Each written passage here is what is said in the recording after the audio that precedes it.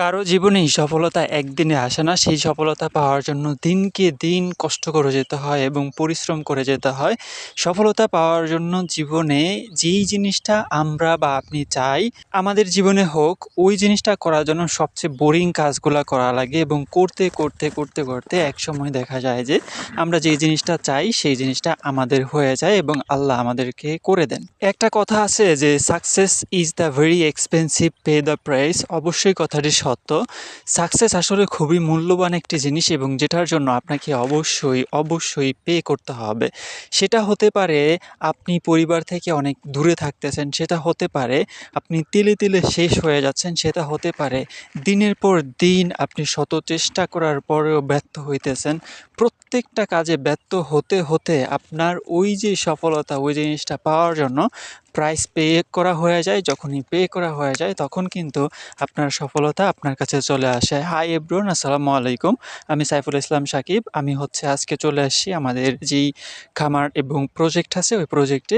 এসে আজকে আমরা মরিচ তোলা শুরু করে দিয়েছি। আপনারা জানেন যে আজকে থেকে কিছুদিন আগেও আমরা মরিচ তুলেছিলাম এবং সেখানে অল্প কিছু পরিমাণে মরিচ আমরা সংগ্রহ করেছি, যেগুলাকে আমরা বাজারে বিক্রি করেছি এবং আপনাদের সাথে দামটাও শেয়ার করব বলেছিলাম। আমরা প্রতি কেজি ৪৫০ টাকা পাইকারি বিক্রি করেছি এবং যারা কিনেছেন তারা এর থেকেও আরও বেশি বিক্রি করেছেন। তো আজকেও আমরা চলে আসছি। আজকে আমাদের মরিচগুলো অনেক বেশি হবে, প্রায় ধরুন ১২ থেকে ১৫ কেজি মতো হতে পারে। আমরা যে মরিচগুলো আজকে তুলবো মানে গাছে আছে ওই হিসেবে আর কি আমরা একটা টার্গেট করতে পারি যে এত কেজি হতে পারে। তো মোটামুটি আজকে তুলতে গিয়ে অনেক পরিমাণে সময় লাগবে। তো এই সময়টা আমাকে অবশ্যই দিতে হবে এবং তুলতে গিয়ে অবশ্যই আপনারা দেখতে পাচ্ছেন যে আমার যে ছোট বালতিটা ছিল ওইটা প্রায় ভরে গেছে। ভরে যাওয়ার পরে আমি কি করছি, আমার যে লুঙ্গি ছিল লুঙ্গির কোছার ভিতর আমি অনেক সুন্দর করে নিতেছিলাম। আসলে এই জিনিসটা করতে আমার কাছে বেশ ভালোই লাগে, কারণ এই যে এখন বিকালবেলা প্রচুর পরিমাণে গরমের ভিতরে একেবারে ঘরে থাকাই যাচ্ছে না। বাট কিন্তু এখানে বর্তমানে হালকা বাতাস আছে এবং আকাশটা কিছুক্ষণ মেঘলা থাকে আবার রোদ ওঠে, বেশ ভালো লাগে, ইন্টারেস্টিং একটা ওয়েদার।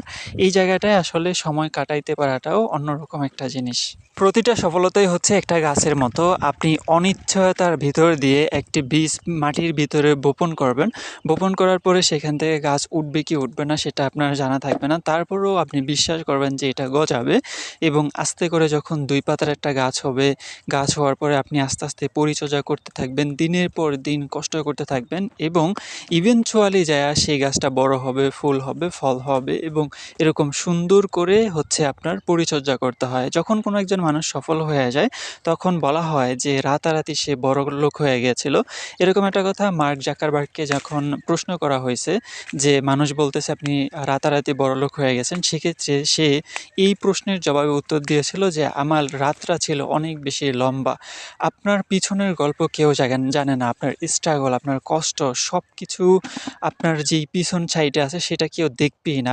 দেখবে আপনার সফলতা, আপনি কত রাতারাতি সফল হয়ে গেলেন, আপনি কত টাকার মালিক হয়ে গেলেন, জাস্ট তারা ওই জিনিসটাই দেখবে। কিন্তু পিছনে যে আপনি কত কষ্ট করছেন, কত বছর ধরে, কত দিন ধরে আপনি যেই কষ্টটা করেছেন সেই কষ্টের কথা কেউ জানবে না। অবশ্যই আপনি রাতারাতি বড়লোক হয়েছেন, কিন্তু আপনার ওই রাতটা ছিল অনেক বেশি দীর্ঘ।